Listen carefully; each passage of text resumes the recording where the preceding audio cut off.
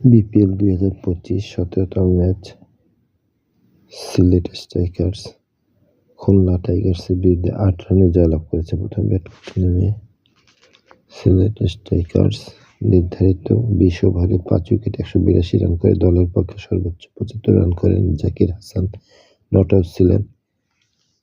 দ্বিতীয় সর্বোচ্চ 56 রান করেন রনি তালুকদার।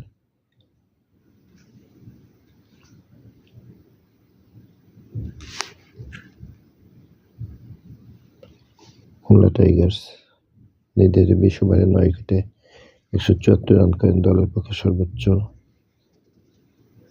43 রান করেন বশিষ্ঠ।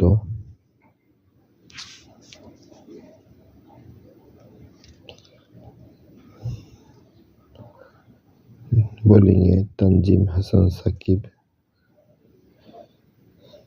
টপলে রুয়েল মিয়া 2টি করে উইকেট পান।